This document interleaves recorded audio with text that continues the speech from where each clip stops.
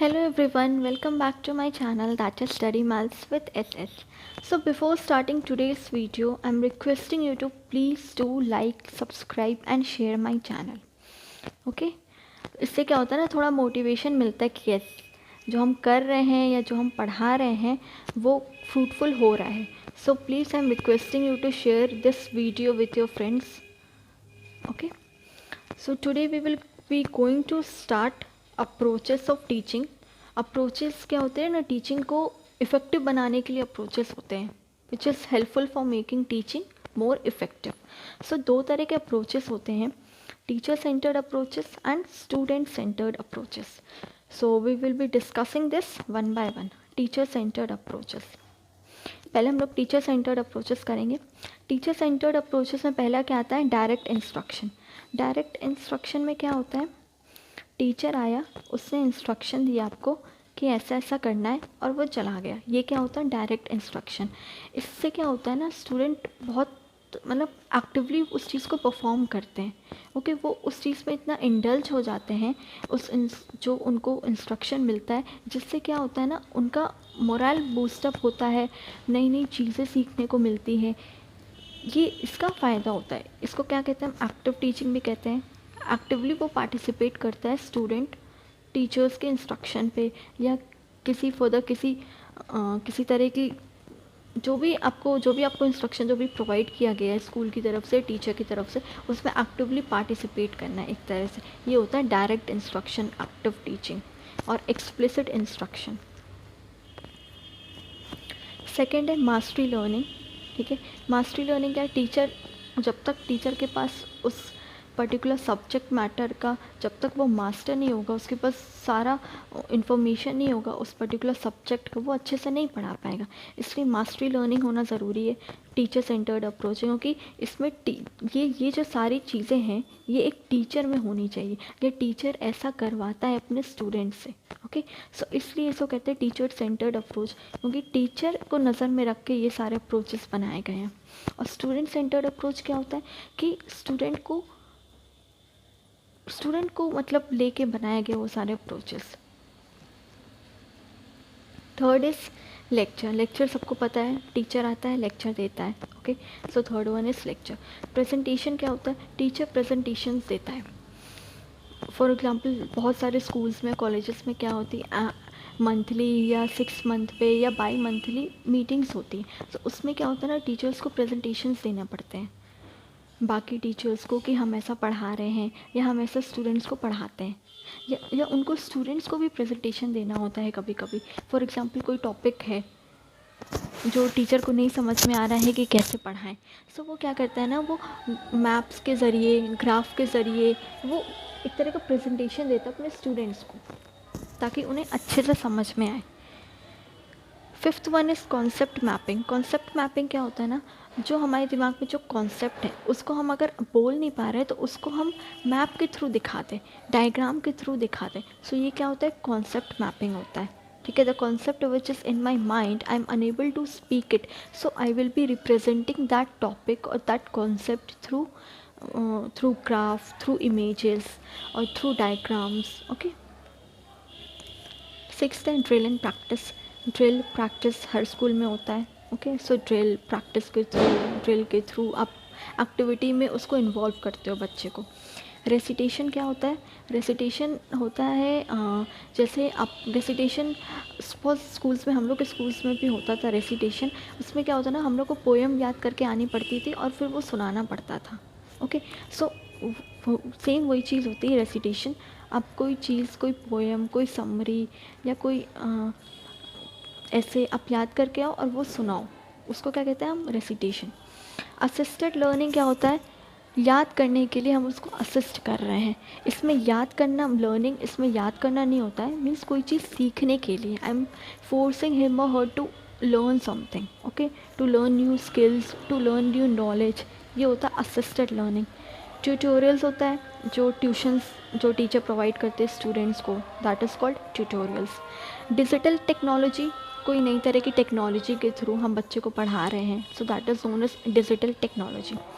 Socratic questioning करके भी हम बच्चों को पढ़ाते हैं. For example I have explained some new topic or any new topic to anyone, and from the other student I'm asking the questions related to that topic. So ये क्या होता है ना, क्वेश्चनिंग. इससे क्या होता है ना, एक क्वेश्चन के थ्रू आपको बहुत सारी चीज़ें पता चल जाती हैं उस पर्टिकुलर टॉपिक के बारे में. एनालॉजीज़ क्या होता है ना, एक तरह का कंपेयर करते हैं हम.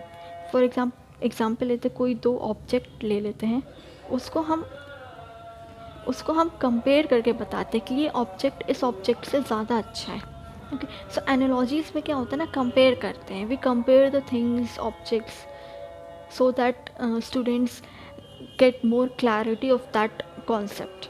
Okay, so analogies में ये आता है. ये थे हमारे teacher centred approaches. Now we come to that is student centred approaches.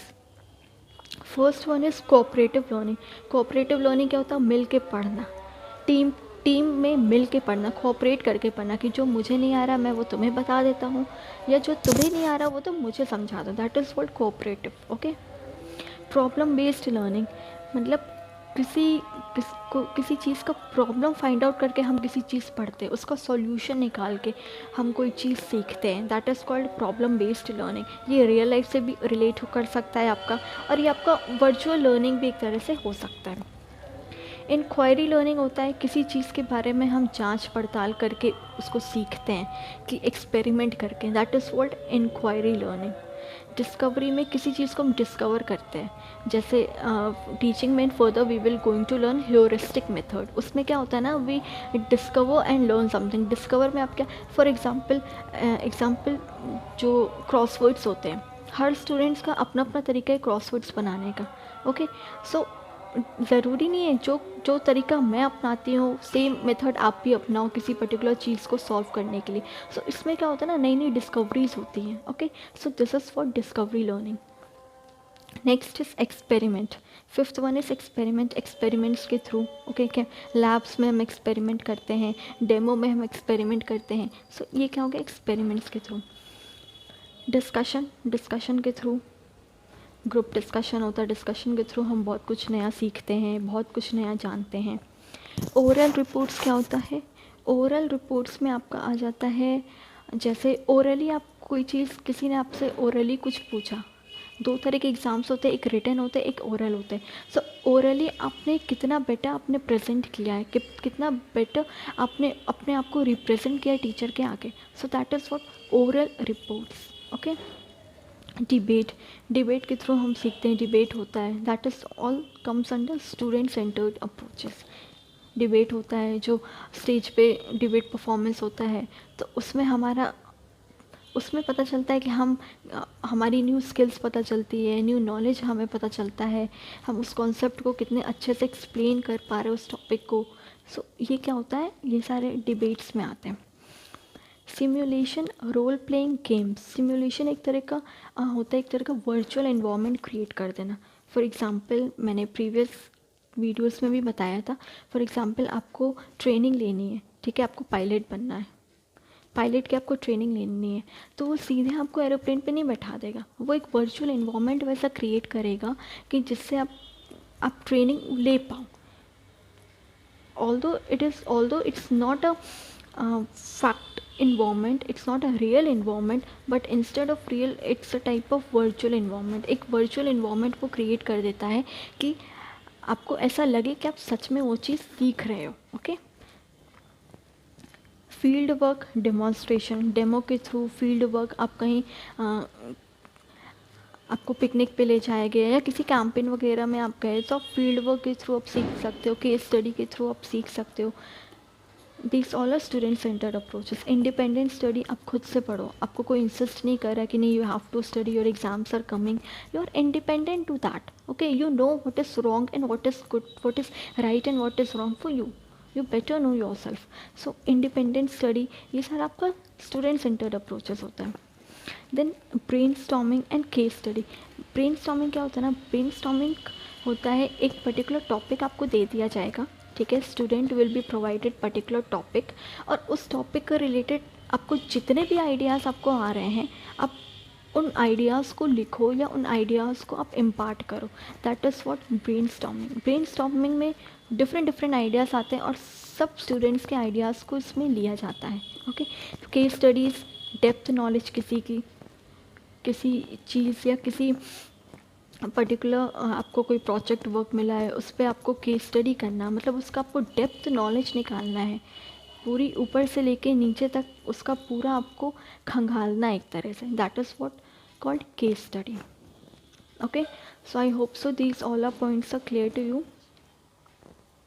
Teacher centered and student centered approaches. So today's lecture is completed. So in the next video we will going to start some methods of teaching. There are approx 12 to 15 methods of teaching. So we will be doing that in the next video. Okay, so till then, take care and please subscribe my channel if you haven't done so. Okay, bye everyone, take care.